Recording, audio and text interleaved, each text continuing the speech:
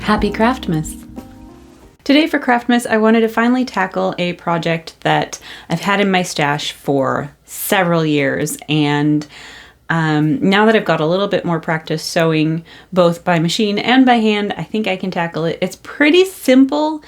It was a little puzzling to figure out how it's going together. We have today a cut and sew panel. Previously, I made an apron for Craftmas last year, and this year I'm going to tackle this wreath.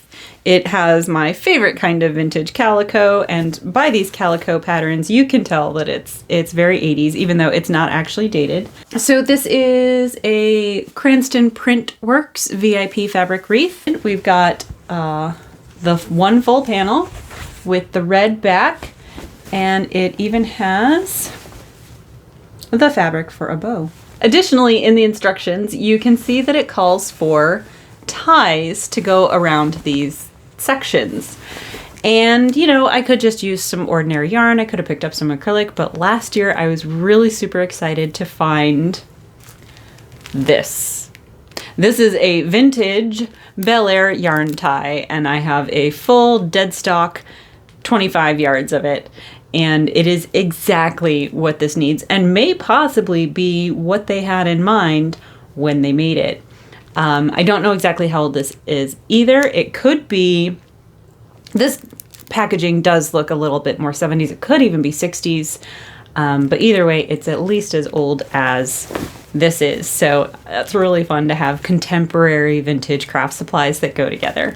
So we just need to iron this because it's been in storage for a while, and cut it out and sew it, because that's what it is, a cut and sew. Let's get started.